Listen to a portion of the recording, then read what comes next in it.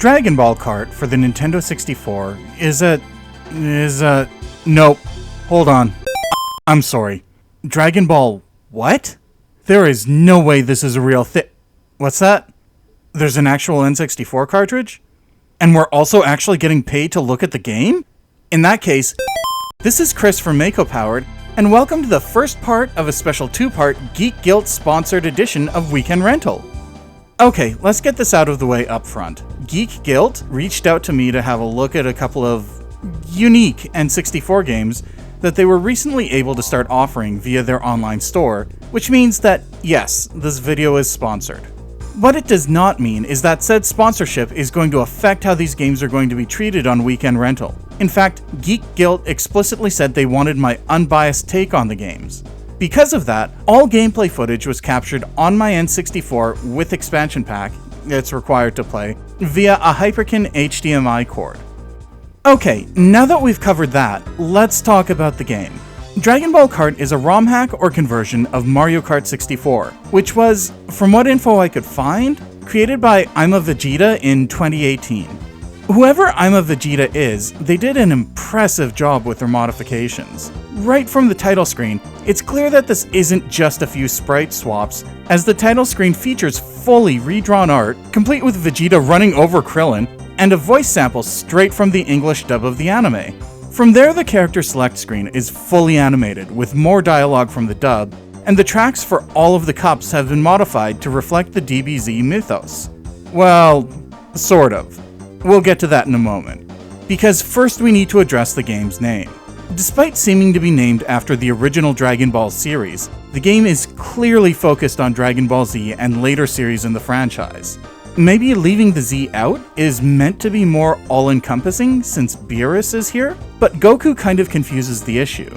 Again, looking at the title screen, not to mention the character select screen, it's clear that this is the DBZ or later version of the character.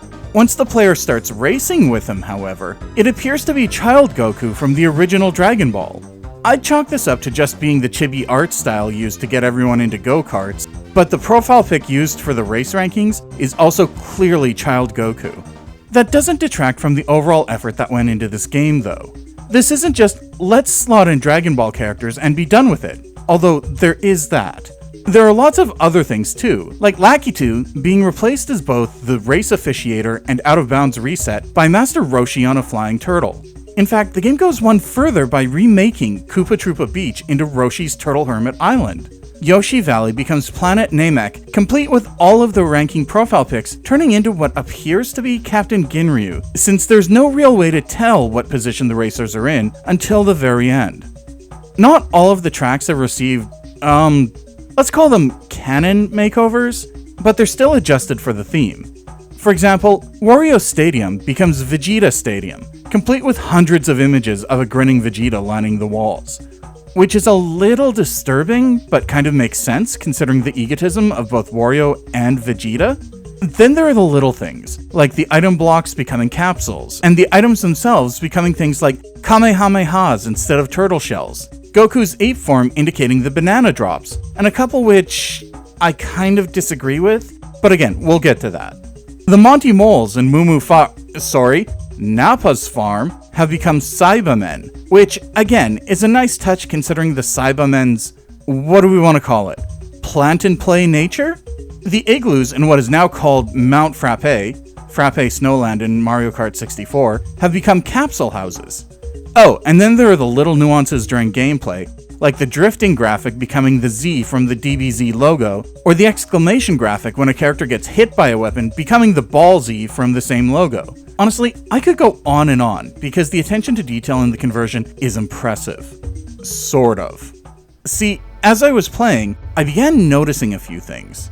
The big one is that, while the conversion in the 2D assets is impressive, and spoiler, Mario Kart 64 is not as 3D as you may have remembered, pulling a page from Donkey Kong Country's book by using pre-rendered 2D sprites, it looks like the 3D assets got, at most, small texture map updates. Sure, this means that, say, Peach's Castle gets the symbol off of Goku's gi, but it's still clearly Peach's Castle. It's disconcerting to be racing through the aforementioned Mount Frappe and come across a giant ice statue of Yoshi, Or, similarly, narrowly dodging a Mario snowman and penguins in the glacier track, formerly Sherbert Island. Also, the fact that the reward for coming in top 3 is still a giant floating Cheep Cheep spitting a cup at the player feels out of character. Here's where some of the item changes feel off to me. See, the invincibility and lightning power-ups have been changed to the Dragon Balls themselves and the Eternal Dragon Shenron respectively. Considering how powerful and integral to the series Shenron and the Dragon Balls are, why wouldn't these be the reward for the race? It feels like I'm a Vegeta either didn't have the ability or confidence to make changes to the 3D assets, which is disappointing, although it doesn't change how impressive the effort that went into modifying the 2D assets is. The remaining Mario asset that really threw me though was on the repurposed Rainbow Road, which has been transformed into the World of Void or Null Realm. This change is a cool idea because the Null Realm is where the Tournament of Power is held, and considering Rainbow Road's infamy across entries in the Mario Kart series, it makes sense.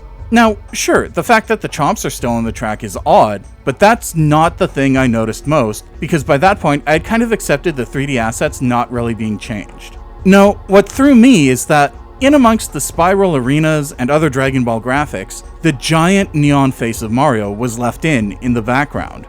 I'm not sure why this was the one 2D asset they decided needed to stay, but having Mario's cold, unfeeling eyes and rictus grin staring at you as you struggle to survive and make it to the finish line feels distinctly Nietzschean. Truly, the void is staring back at you. Okay, that may be a little melodramatic, but still, why was this the 2D asset that was left here?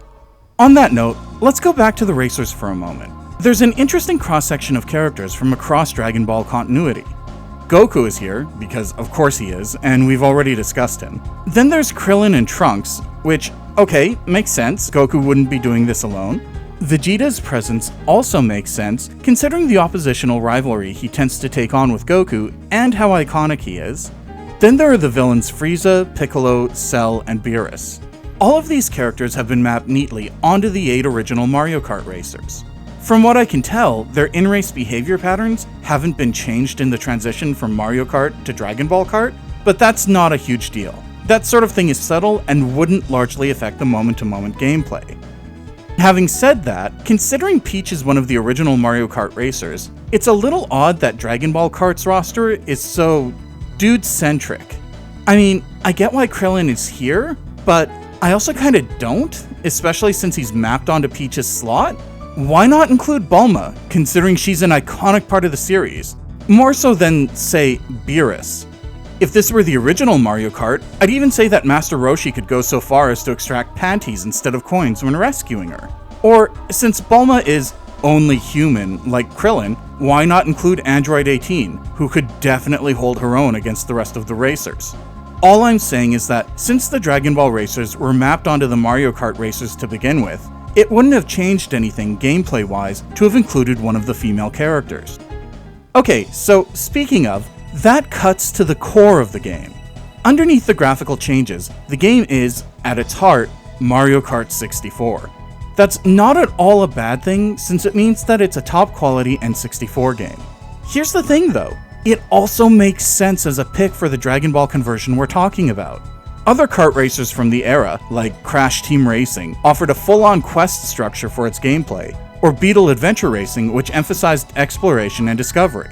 Also, quick aside, how is Beetle Adventure Racing, a well-thought-out racing game made by EA and featuring the most recognizable car of the 90s, still so underrated?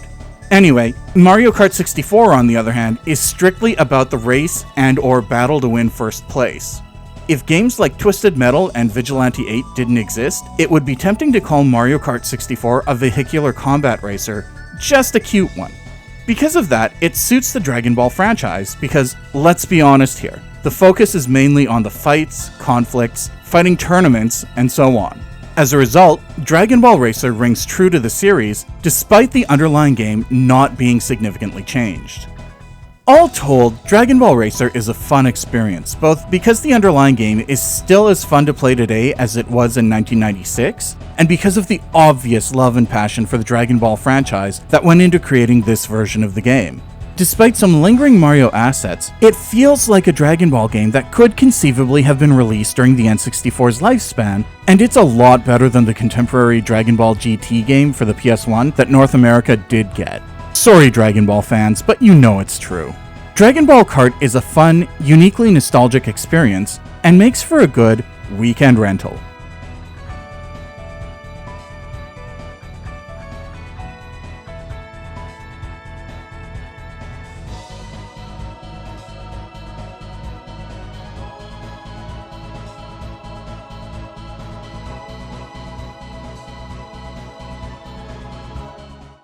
The name's Mario!